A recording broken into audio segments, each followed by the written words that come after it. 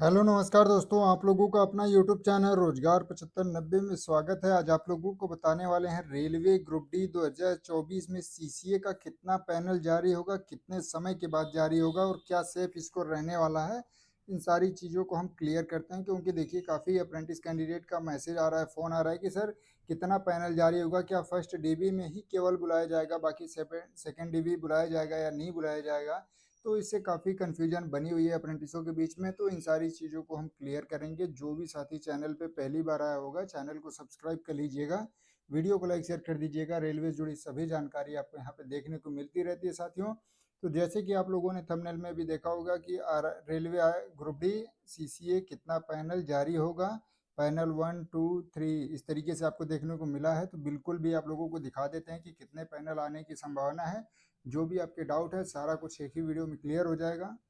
तो आप लोग वीडियो को अंत तक जरूर देखिए। आइए आपको पीडीएफ के माध्यम से पूरी जानकारी देते हैं, जिससे आप लोगों को आसान भाषा में समझ में आएगा।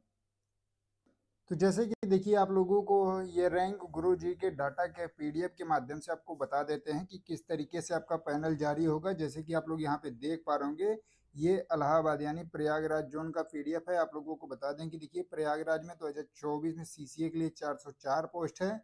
तो देखिए रेलवे 1/1 के रेशियो में ही बुलाएगा, यानी जिस जोन में जितनी वैकेंसियां है उतने कैंडिडेट को ही बुलाएगा।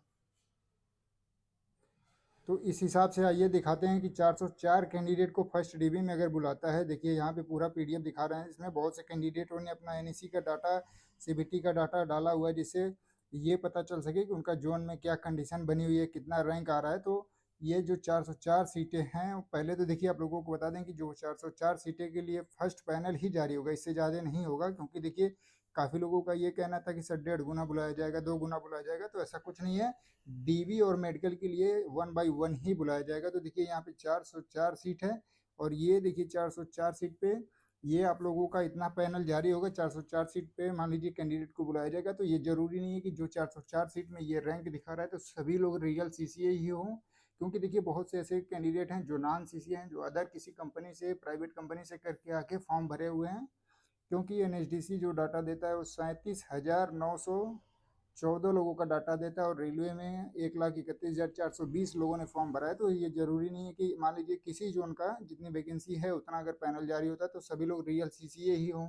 तो अगर मान लीजिए 404 कैंडिडेट को बुलाया जाता है, तो उसमें से अगर 100 कैंडिडेट नॉन सीसीए पाए जाते हैं, तो 100 कैंडिडेट के लिए फिर से यहाँ से 404 से लेके 504 तक फिर सेकेंड पैनल जारी होगा। ठीक है, मान लीजिए 504 तक यहाँ पे आप लोगों का सेकंड पैनल बुलाया गया। ठीक है, तो अब ये जरूरी भी नहीं है कि मान लीजिए 100 कैंडिडेट को दोबारा बुलाया गया तो सभी लोग रियल हों। इसमें से भी कुछ नॉन सीसीए होंगे। मान लीजिए 10 नॉन सीसीए पाए गए, मान लीजिए 10 कैंडिडेट नॉन सीसीए पाए गए, 90 कैंडिडेट रियल सीसीए थे। तो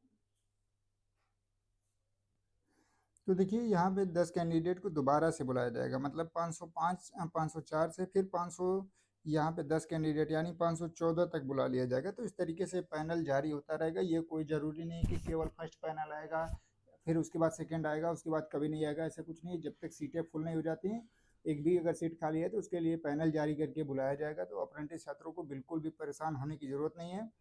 जितने भी कैंडिडेट ग्रुप डी में फॉर्म डाले हैं, अप्रेंटिस कैंडिडेट हैं, वो लोग अपने जोन में इस तरीके से रैंक देख रहे हैं। तो उनको परेशानी हो रही है कि फर्स्ट पैनल में अगर ज़्यादा से ज़्यादा सीसीए अगर मान लीजिए हो जाते हैं तो फिर सेकंड पैनल नहीं आएगा। अगर दो भी सीट खाली रह जाएगी तो सेकंड पैनल जरूर आएगा।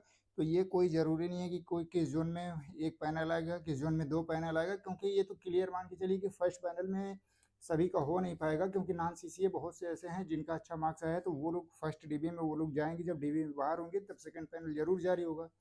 तो सेकंड पैनल आएगा, किसी में थर्ड पैनल आएगा, किसी किसी जोन में फोर्थ पैनल भी आ सकता है। तो इस तरीके से आएगा, क्योंकि वैकेंसी अगर एक भी सीट खाली रहेगी तो पैनल पे पैनल जारी होता रहेगा।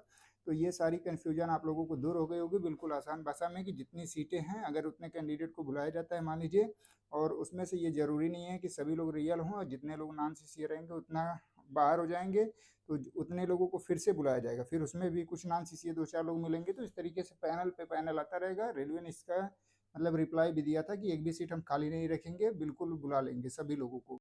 और इसके अलावा आप लोगों का जो कन्फ्यूजन है कि सेफ़ स्कोर क्या रहने वाला है, तो देखिए साथियों, सेफ़ स्कोर सभी जो उनका अलग अलग रहने वाला है, क्योंकि देखिए अब जो डाटा निकल के आ रहा है कि नॉन सीसीए बहुत ज़्यादा बाहर होने वाले हैं, 70 से 72% नॉन सीसीए बाहर होंगे, कुछ रियल सीसीए भी बाहर होंगे जिन्होंने एनएसी का डिटेल गलत डाला है। तो इस वजह से ये कट ऑफ जो है 50 के आसपास भी दिख सकती है, 52, 53, 54 भी दिख सकती है, या 60 के आसपास भी दिख सकती है, क्योंकि अभी भी कुछ कहना उचित नहीं है, क्योंकि अभी नॉर्मलाइजेशन बाकी है। तो 2-4 दिन का वेट कर लीजिए, आप लोगों का स्कोर कार्ड रेलवे जारी करने वाला है। तो बिल्कुल भी आप लोग इसको लेके परेशान न रहें कि सेफ स्कोर क्या रहने वाला है, क्योंकि आप लोगों ने एक लगभग एग्ज़ाम देने के बाद 120-25 दिन का दिन आप लोगों ने काट लिया है, मतलब बिता दिया है। तो उस तरीके से 2-4 दिन और भी समय दे दीजिए, रेलवे ऑफिशियल आपका स्कोर कार्ड जारी कर देगा, तो सारा कुछ क्लियर हो जाएगा। क्योंकि सारा खेल आप लोगों का नॉर्मलाइजेशन पे ही अब डिपेंड है कि किसको कितना नॉर्मलाइजेशन में मिलता है, किसी को 10 नंबर मिलता है, किसी को 5 नंबर मिलता है। तो बिल्कुल भी आप लोग कन्फ्यूजन में ना रहें साथियों। और जो भी आप लोगों के मन में डाउट था वो चीज़ें हमने आप लोगों को क्लियर कर दिया है कि पैनल किस तरीके से आएगा, कितने पैनल आ सकते हैं। तो हमने आपको ये भी बता दिया कि पैनल जब तक सीटें, एक भी सीट खाली रहेगी तो पैनल आएगा। तो सभी चीज़ आपको क्लियर हो गई होगी। आप आगामी एग्ज़ाम की तैयारी करते रहिए। आप लोगों की चाहे कितना हो मार्क्स हो, चाहे 70 नंबर ही क्यों ना बन रहे हों एनएसी सीबीटी, तो सिलेक्शन तो ठीक है कि हो जाएगा, लेकिन आगामी तैयारी करते रहिए, ठीक है। हो सकता है किसी कारणवश दिक्कत आ जाए, मेडिकल में, डीवी में, कुछ भी कारण हो सकता है। तो आप लोगों के हाथ से मौका नहीं जाना चाहिए। और जितना आप लोग तैयारी करेंगे, हो सकता है ग्रुप डी के अलावा आपका आगामी एलपी में भी हो जाए, टेक्नीशियन में हो जाए, तो ग्रुप डी से अच्छी पोस्ट आपको मिल जाएगी। तो साथियों, आप लोग इस वीडियो को ज़्यादा से ज़्यादा शेयर कर दीजिएगा। जो भी साथी के मन में डाउट था कि कितने पैनल जारी हो गए, उनकी भी कन्फ्यूजन दूर हो जाए। सभी ITI ग्रुप में अप्रेंटिस व्हाट्सएप ग्रुप जो भी आपके पास हो, शेयर करके सभी को इन्फॉर्मेशन दे दीजिएगा। धन्यवाद अप्रेंटिस साथियों।